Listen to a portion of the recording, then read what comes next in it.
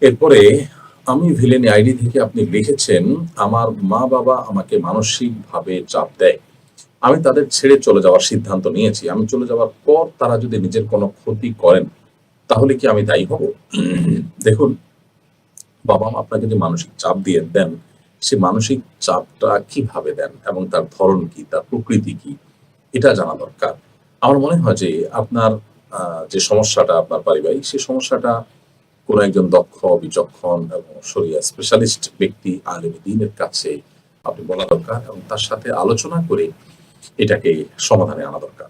আপনার করণীয় আমি এখানে এই সংক্ষিপ্ত আপনার প্রশ্নের উত্তরে বলে দিতে পারব না। কারণ তারা কিভাবে মানসিক চাপ দিচ্ছেন, যেটাকে আপনি মানসিক চাপ বলছেন, সেটা আদৌ মানসিক চাপ কিনা, পরিস্থিতিটা আসলে কোন পর্যায়ে, বিস্তারিত জানলে আপনাকে পরামর্শ দিতে সুবিধা হবে।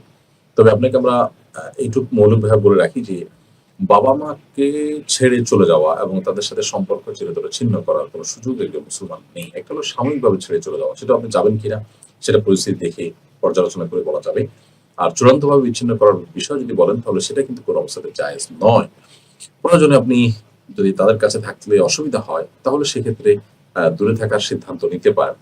তবে সেটাও আমি যেটা বললাম যে কোনো আলেমের সাথে কাউন্সেলিং করে বা কোনো আলেমের সাথে পরামর্শ করে তারপর আপনি করবেন ইনশাআল্লাহ তাআলা। ফরিদুর রহমান আপনি লিখেছেন, কোরবানির মাংস কি ৩ ভাগে ভাগ করা জরুরি? ৩ ভাগ না করলে কি গুনাহ হবে বা কোরবানির কোনো ক্ষতি হবে? কোরবানির গোশত ৩ ভাগে ভাগ করা জরুরি নয়। আমরা অনেকে কোরবানির গোশতকে ৩ ভাগে ভাগ করা আবশ্যক মনে করি, অথচ এটি আবশ্যক নয়। আল্লাহ সুবহানাহু ওয়া তাআলা কোরআনে কারীমে আমাদেরকে বলেছেন, ফাকুলু মিনহা ওয়া আত'ইমুল কানি'a ওয়াল মু'তাররা। কোরবানির গোশত আমরা নিজেরা খাবো এবং আমাদের আত্মীয়স্বজন, পরিচিত বন্ধু-বান্ধবের মধ্যে শেয়ার করব এবং গরিব অভাবী মানুষ যারা আছেন তাদের মধ্যে আমরা শেয়ার করব। কিছু মানুষ আছে যারা চাইতে পারে না, তাদেরকে দিব, যারা চায় তাদেরকে দিব। সব ধরনের মানুষকে দিব। তো এইভাবে কয়েক ভাগে ভাগ করা, ৩ ভাগে ভাগ করা, এটা মুস্তাহাব। এটা না করলে যে কোরবানি হবে না তা কিন্তু নয়। আর সমান করে ভাগ করতেই হবে এমন কোনো কথাও নয়। সমান করে ভাগ করতে পারলে উত্তম। কিন্তু এদিক সেদিক হলো, আপনি কিছু রাখলেন, অনুমান করে কিছু রাখলেন, কিছু দান করলেন, কিছু গরিব আত্মীয়স্বজন বা বন্ধু-বান্ধব অন্যদেরকে দিলেন, কিছু গরিব মানুষকে দান করলেন। তো এইভাবে বিভক্ত করতে পারলে সেটা উত্তম হয়। আর যদি আপনি একেবারে এক্সাক্ট ৩ ভাগ না করে আরো কম বা বেশি ভাগ করেন, তাতে কোরবানির কোনো অসুবিধা হবে না। এটা হলো উত্তমতর ব্যাপার। করতে পারলে ভালো, না করতে পারলে অসুবিধা হবে না। আসলে শরীয়তের কোন বিষয়ের গুরুত্ব কতটুকু, এটা জানাটা আমাদের জন্য অনেক বেশি গুরুত্বপূর্ণ। আমরা অনেকে এটা না জানার কারণে কিন্তু নানাবিধ জটিলতার মধ্যে ভুগি। এমনি তুহিন পণ্ডিত আপনি লিখেছেন, আমি একটা মাছের আড়তে হিসাব রক্ষক হিসাবে কাজ করেছি। আমরা বিভিন্ন পার্টির মাছ বিক্রি করতাম। পার্টির মাছ বিক্রি করলে পার্টি কেজি প্রতি ৳১০ লাভ দেয় এবং ৩ ভাগ কমিশন দেয়।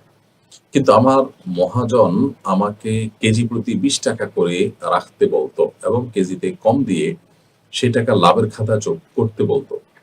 এখন এই যে মানুষের হক নষ্ট করা হয়েছে, এটার দায়ভার কি আমার হবে না নাকি মালিকের হবে? আমি চাকরিটা এখন ছেড়ে দিয়েছি। সন্দেহাতীতভাবে এটার মূল দায়ভার আপনার মালিকের হবে, যেহেতু তিনি অন্যায় কাজ সরাসরি করেছেন, এর প্রত্যক্ষ মদত নির্দেশদাতা তিনি এবং এটার সুবিধাভোগীও তিনি মূলত। কিন্তু আপনি যেহেতু তার এই অন্যায় কাজে সহযোগিতা করেছেন, এজন্য মদতদাতা হিসাবে, সহযোগী হিসাবে আপনি কিন্তু আল্লাহর কাছে দায়ী থাকবেন। সেজন্য আল্লাহর কাছে আপনার তওবা এবং ইস্তেগফার করা উচিত এবং মাফ চাওয়া উচিত যথাযথভাবে, এবং ভবিষ্যতে এরকম অন্যায় কাজ না করার সংকল্প থাকা দরকার। আল্লাহ তাআলা আপনাকে আমাদের সবাইকে হেফাজত করুন।